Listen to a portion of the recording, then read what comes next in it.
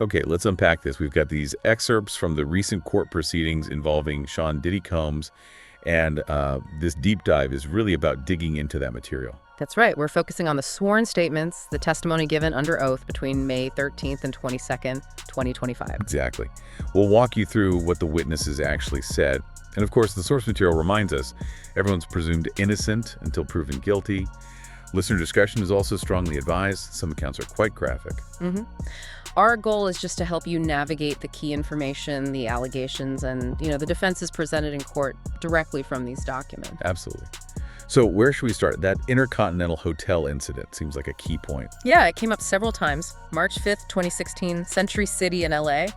The first account we have here is from Israel Flores. He was an LAPD officer, but also assistant director of security at the hotel then. Right. So what did he say happened? He testified he got a call, a woman in distress, 6th floor. He goes up there, sees Mr. Combs, says he was just in a towel and socks, and Cassie Ventura was on the floor. Okay. And there was damage. Yes, a broken vase. Flores said he told them basically take the argument back to the room and they'd be charged for the vase. Standard procedure, kind of. But he overheard something specific. He did. He testified Cassie said she wanted her phone and bag, that she wanted to leave. And Mr. Combs said, "You're not leaving." You're not leaving. Okay. And there was someone else there too. Yeah, Flores mentioned another man, black male he described, inside the room. Didn't seem to be involved though. All right. So Cassie leaves eventually. Yes. And after she left, Flores testified Mr. Combs came up to him holding a stack of cash, offered it to him, said, don't tell anyone. An alleged bribe attempt. That's what Flores claimed. He said he refused, just repeated the vase would be charged. Then he saw Cassie get into a black SUV with this really tall driver, like 7 feet tall, who she seemed to know. Okay, but the interaction with Combs didn't end there, did it? No. Flores went back to Combs' room to talk about hotel rules, apparently. He testified Combs grabbed his phone, asked, "Are you recording me?" And Flores reacted how? He said he put Combs against the wall. Now, under cross-examination, he clarified it was like his forearm against Combs' chest, not, a chokehold or anything. Got it. And the incident report. Right. Flores took pictures of the broken vase, wrote the report, the usual who, what, where, when, why. But interestingly, he testified he didn't initially include that "you're not leaving" comment. Why not? He said he just didn't think it was significant at the time, back in 2016. He only added a description after reviewing the hotel security video later, which, by the way, had no audio.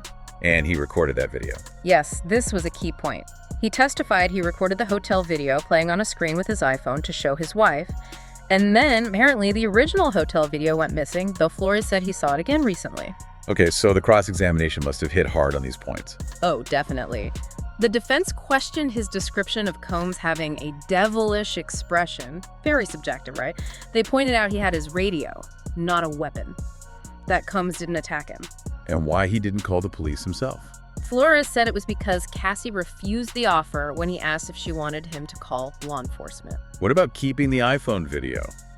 And the "you're not leaving" comment only becoming significant years later. Yeah, they pressed him on that. Like, why hold on to the video? Why did this detail suddenly matter now? And they definitely challenged the bribe allegation, suggesting maybe Combs was just trying to pay for the vase quickly to avoid, embarrassment. But Flores stuck to his story about it being a personal bribe offer. He did. The judge actually sustained an objection to how the defense phrased the paying for damage question, but Flores maintained his account of the offer. And other people testified about this same hotel incident. Yes. Cassie Ventura herself. She testified she was leaving the Intercontinental for a premiere. She said she was hit between sessions, managed to get to the elevator, but then Sean threw her down, grabbed her by the neck or hoodie. Wow. Did she mention the video? Yes, she said the hallway video shows her trying to use the hotel phone and then Sean taking her phone and bag. She also mentioned security was with her and she ended up taking an Uber, not the SUV Flores saw. And there was a lawsuit related to this. Huge detail. Cassie testified she'd settled a $10 million lawsuit with the Intercontinental Hotel just the week before this trial started, specifically about this 2016 incident. Okay, that's significant context. Anyone else? Cassie's mother, Regina Ventura, she testified about a different incident, but it echoes some themes. August 2016, police called to Cassie's apartment.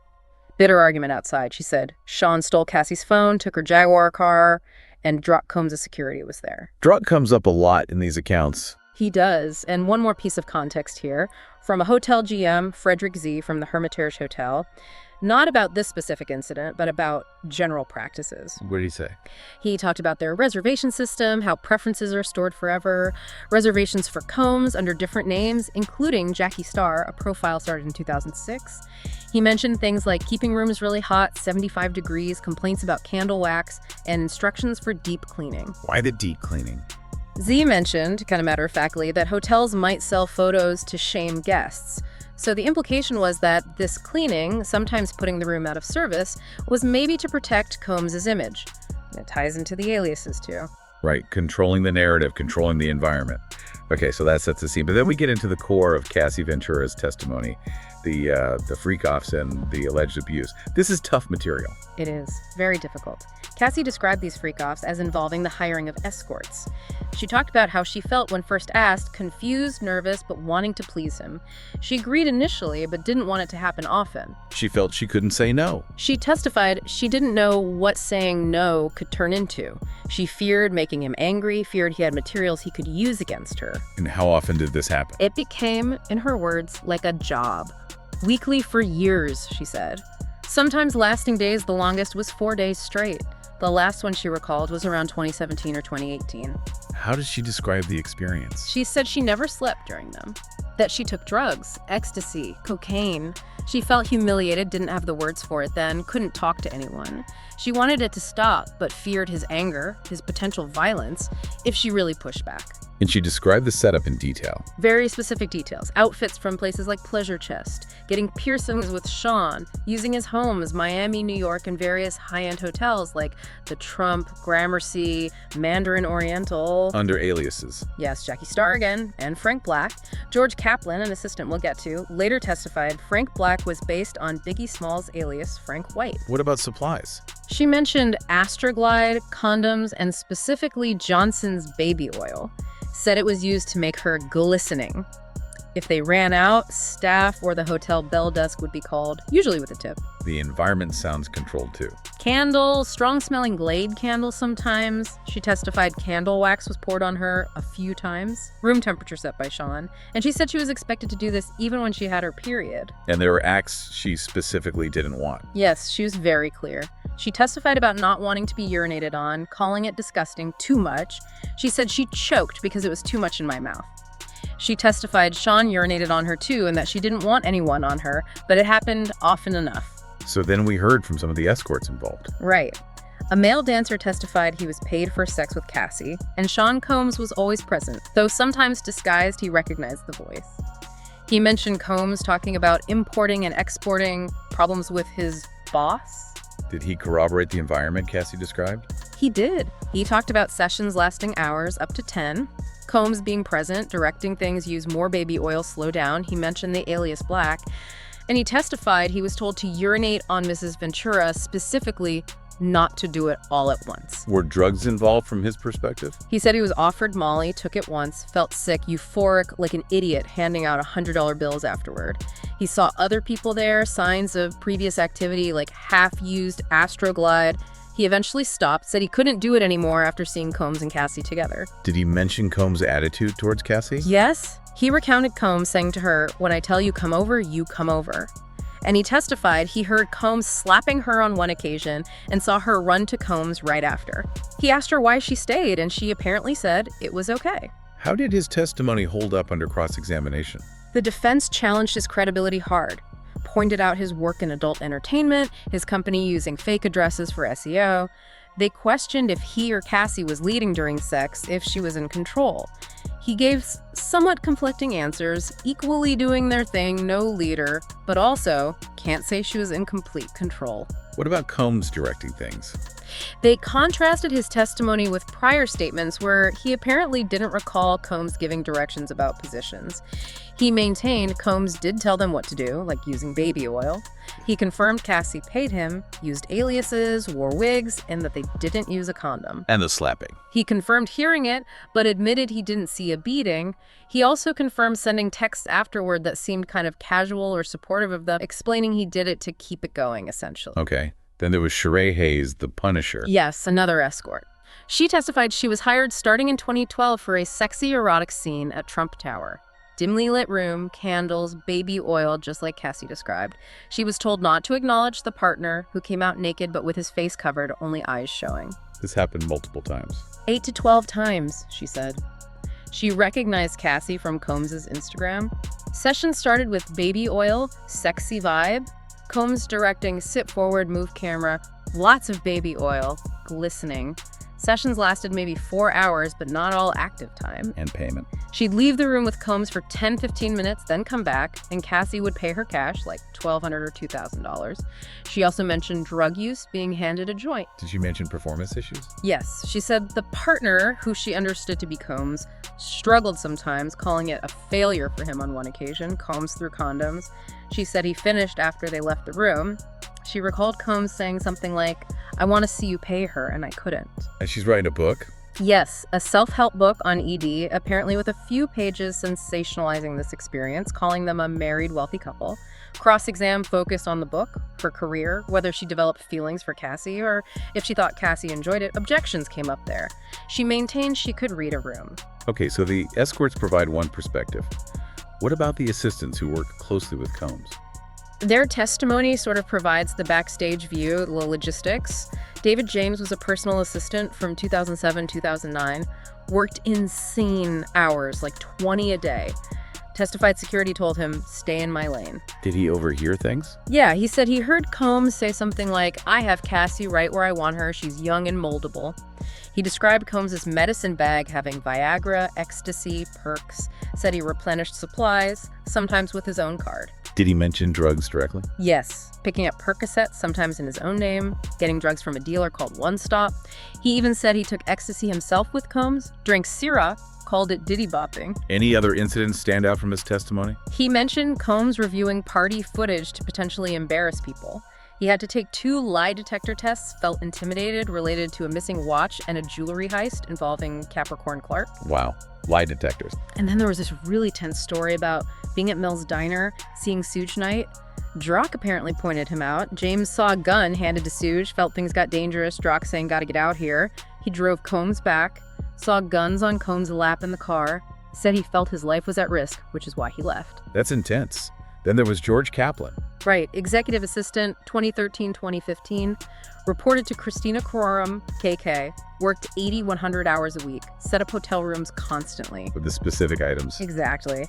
He testified his job involved unpacking the bag, clothes, candle, Astroglide, baby oil. He often bought those items himself. He confirmed the aliases Jackie Star and Frank Black. And cleaning the rooms. Yes, he said he had to clean up used baby oil bottles, Gatorade, even found a brown crystallized powder once. He echoed what the hotel GM implied. It was understood this was to protect Combs' public image because hotels might sell photos. Did Kaplan mention drugs or violence? Yes. He testified he picked up MDMA for Combs in LA and Miami. Carried large amounts of cash, like $50 on the jet. He said he was aware of Combs' relationships with Cassie, Kim Porter, and Gina. He witnessed violence against Cassie on a private jet, said he didn't intervene because of his career. He felt guilty about that. He did. He testified he was later asked to buy creams to conceal bruising on Cassie's face, paid with a corporate card. He also saw Combs throw things at Gina. He said he left because he didn't think he should be covering things up. And his cross-examination. Touched on his respect for Kim Porter, his initial happiness working there, how he got subpoenaed and hired a lawyer. He maintained the incidents involving Cassie, and Gina shook him. So the assistant's accounts seem to corroborate many details about the lifestyle, the supplies, the aliases, the drugs, and even witnessing alleged violence. And then you have law enforcement testimony tying some of this together. Special Agent Binda testified about what they found when Mr. Combs was arrested recently. What did they find? Large quantities of Johnson & Johnson baby oil, Astroglide, medication prescribed to Frank Black, pink powder stipulated by both sides to be ketamine and MDMA, Viagra, ecstasy perks, and about $9,000 in cash. It directly backs up many specific details from the witness accounts. Okay, let's shift to some other specific incidents people testified about. Scott Muscudi, Kid Cootie. Right. He testified about dating Cassie briefly in 2011. He understood her relationship with Combs was rocky or over. Then, December 2011, he gets a call from Cassie, worried Sean found out about them. He goes to pick her up for safety, finds his home broken into. How so? Security camera moved, gifts opened inside. His dog, usually free roaming, was locked in the bathroom, seemed jittery. He talked to Capricorn Clark, Combs' assistant, who sounded near tears. Muscudi called Sean, confronted him, met him outside, said Sean seemed weirdly calm. And the situation escalated. Dramatically. Muscudi testified. Sean later called him, accused him of breaking into his house and hurting his dog, which Muscudi denied. He broke up with Cassie because of the drama. Then his Porsche gets firebombed, Molotov cocktail, hole cut in the roof. He said it was clearly intentional. Did he confront Combs about the car? Yes, they had a meeting set up. Muscudi described Combs standing there like a Marvel supervillain. Combs allegedly said, "We were homies. That is my girl." Muscudi said he thought they were broken up. When he asked about the car, Combs apparently said, "I don't know what you're talking about," and walked away. Muscudi believed he was lying. But Combs apologized later. Years later, yeah. Saw him at Soho House. Combs apparently said, "I'm just sorry for all that bullshit." What came out in Miss Goody's cross-examination? Confirmation that Cassie told him her relationship with Combs was over. Crucially, he testified, Cassie had told him about alleged abuse by Combs, that he hit her sometimes, kick her. He reiterated his safety concerns, saying he ended things because he knew Sean Combs was violent. Okay. Then Mila Morales, the makeup artist. Yeah, she worked with Cassie for years, considered her like a little sister. She testified about seeing injuries on Cassie back in 2010, Grammy weekend, after a party. She heard yelling from a hotel room Sean went into. When Cassie came out, Mila saw a swollen eye, knots on her head. What did Mila do? Helped Cassie pack, took her to her own house, got a doctor friend to check her for a concussion. Mila testified she was afraid of Sean, feared for her life. Cassie stayed with her for days. She confirmed doing media interviews later, getting paid for some old photos and therapy related to a documentary. Then there was Dawn Richard from Diddy Dirty Money. Right, she worked with them 2009, 2011. Her testimony was also very strong. She said she saw Combs beat Cassie often. Described a specific incident in LA, 2009, alleged he tried to hit Cassie with a skillet of eggs. She dropped down, he killed her head and body, dragged her, said Drock and Roger Bonds were there. Did she report it? Did anyone intervene? No. She said she was scared for both of them. The next day, Combs allegedly told her it was just passionate. They were okay, but she'd better not talk about it, saying people could end up missing. She took that as a death threat. Wow. Did she describe other incidents? Yes, seeing him drag Cassie, kick her, hit her mouth. An incident in Central Park where he allegedly punched Cassie, who came crying into a bathroom with a swollen eye. Another assault where Grock, Capricorn Clark, Harf Pierre were allegedly present and did nothing, slapping Cassie in the car. Why didn't she intervene or speak out sooner? She said she approached Combs with softness for her own safety, didn't get involved in their relationship for safety, said she was told not to talk by Combs and Harf Pierre. She saw drug use, weed, ketamine, Molly, opiates, though not cocaine, she clarified later. Saw one stop bring drugs, saw Combs with handguns. She came forward in 2024 after seeing Cassie testify. She also has her own lawsuit now. What about a cross-examination? They challenged her consistency, especially on the people go missing comment, pointing out she hadn't mentioned it in earlier interviews. They questioned if her memory was changing over time. She acknowledged remembering more details as time passed. They also brought up that she had reached out to work with Combs again after leaving, questioning her motives for the lawsuit, which she maintained was for justice. Okay, quite a bit there. What about Carrie Morgan, Cassie's best friend? Best friends since 2001, traveled with them. She testified Combs provided drugs, opiates that she took with Cassie. Described Combs yelling at Cassie, diminishing her confidence, her spark. Said Combs and others would call incessantly looking for Cassie. Did she witness alleged assaults? Yes, multiple. Hollywood Hills saw Combs kick Cassie. Security present did nothing. Jamaica saw him drag Cassie by the hair down a hallway. Thought she might be knocked out. Cassie ran, hid in a ditch. They were searching with golf carts. Comtalk heard him hammering a door. D-Rock called. Police came for noise. Cassie was visibly injured, but didn't say anything to them. And Morgan testified Combs assaulted her too. That was a major part of her testimony. She said Combs hit her with a wooden coat hanger, choked her behind the ear, apparently because he was concerned about who Cassie might be cheating with. She told an assistant Ryan, but nothing happened. Have they spoken since? No, they haven't spoken since 2018. Cross-examination highlighted this. Morgan stated it was because Cassie did not support me after Sean assaulted me. It also came out she reached a financial settlement with Ms. Ventura. Money, Morgan stated, came from Mr. Combs. Her account of her own assault was challenged regarding potential drug use and reporting inconsistencies. And Regina Ventura, Cassie's mother, again. Yes, briefly reinforcing points. She testified about getting a message from Cassie in December 11 saying Sean threatened to release a tape, go after her in Muscooty. Said Sean demanded $20 from her and her husband to recoup losses from Muscooty. They took out a loan for Cassie's safety. She took photos of Cassie's bruises and confirmed that August 2016 incident where police were called. Sean took the phone and car. Brock was there. So a lot of corroborating details across different witnesses, but also challenges to credibility and motives. It's complex. Extremely. And that's where the expert testimony from Dr. Scott Frazier comes in. He talked about the psychological dynamics you often see in relationships involving domestic violence and control. It provides a framework, Right. What were the key concepts he explained? He talked about why victims might stay, the psychological bonds, the real consequences of abuse, the different levels of fear. He specifically mentioned shame and degradation from sexual abuse as powerful barriers, emotional abuse, putting the partner down, and financial dependence, controlling housing, transport, even taking away a laptop, though an objection was sustained there. Did he talk about patterns? Yes, things like love bombing, that honeymoon phase after abuse, showering with gifts and affection to get the person back, and how leaving usually isn't a one-time event, it often takes multiple attempts over time. What about coping mechanisms for the victim?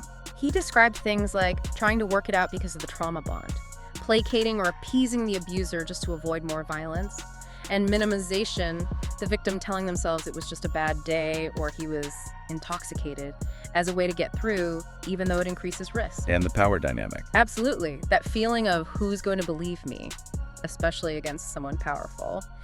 He noted victims often finally speak out when they feel safe, maybe in therapy or a supportive environment.